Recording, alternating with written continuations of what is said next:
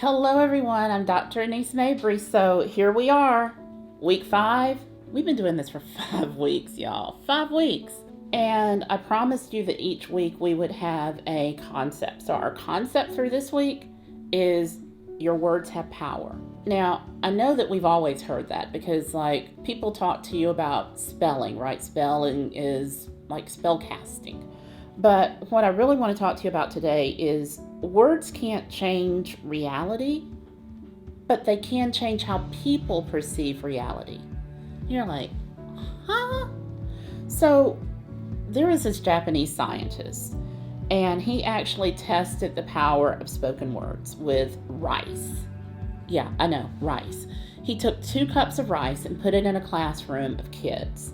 And 1 cup of rice, the kids walked by and they gave positive affirmations and they spoke kind words to the rice. And then the other cup of rice, they came by and they gave negative insults or, not kind words. After 30 days, the jar that was constantly insulted actually became like a lump of black gel goo. Gross, right?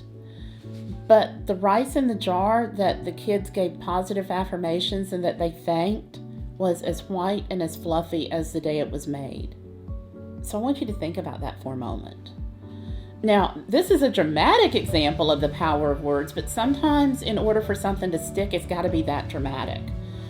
Your words can literally change the structure of an object. Now, y'all know I told you about my tribe in week 1. My tribe is homeless LGBTQ youth, sex trafficking survivors, and high school dropouts.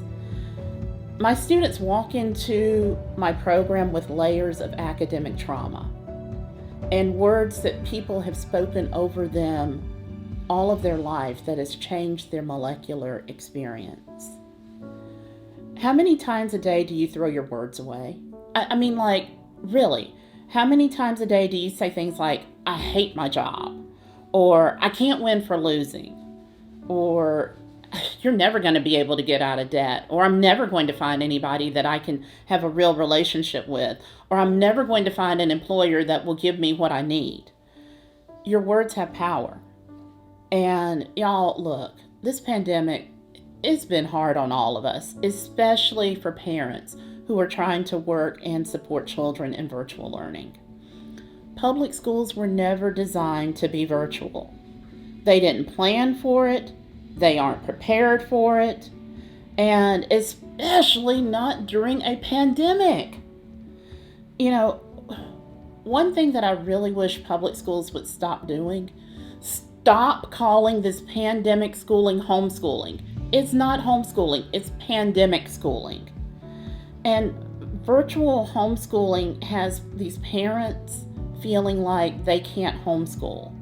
Y'all, it's not that you can't homeschool, it's that, you were put in an impossible situation with a limited amount of resources, an even more limited amount of tools, and told to build a freaking airplane. But that's what we did to our teachers too.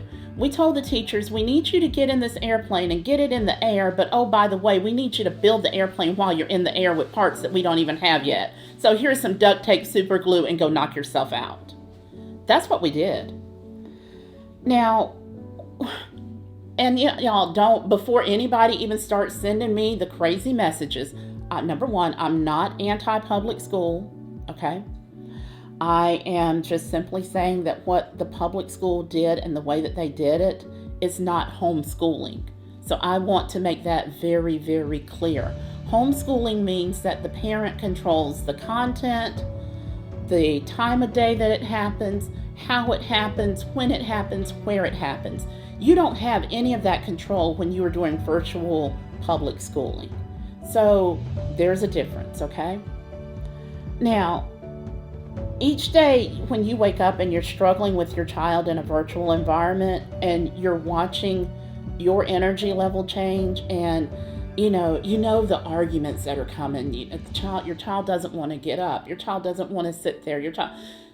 You're changing your child's molecular structure in that moment because your child is feeling inadequate and you're feeling woefully underprepared. So listen to me when I say this to you. Your child is not a failure. You have not failed your child. Please hear me when I say this. A 100-year-old educational system failed your child. Again, we asked these teachers to become airplane pilots.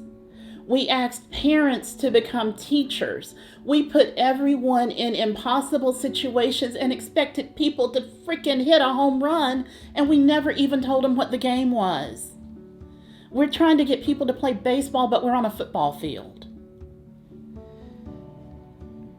Let all of this sink in for a moment. And I'm going to say this one more time. Your child is not a failure. Your words have power. So what I want you to do right now, I want you to take back control. I want you to become a comeback champion with me. And some of you know that I'm actually doing a speech called The Box Breakers, and I'd love to invite you to hear that speech. So what I've got 100 tickets for you. All you got to do is click the link and get registered. Notice I said I have 100 tickets. I didn't say I got 1,000. I didn't say I got 101. I got 100. You need to click the link, get registered. If you don't get registered, don't send me an email and say, hey, I missed the link, it's dead now. Can you? No, the answer is going to be no. No, I cannot get you in. No, I can't call anybody. No, I can't squeeze you in. Because why? Because I'm giving you 10 weeks to do this. That's it. 10 weeks, sign up, get registered, and as my guest, it's free for you. So join me at the Comeback Champion 2021 Summit. Again, I'm Dr. Anise Mabry. Follow me on social media.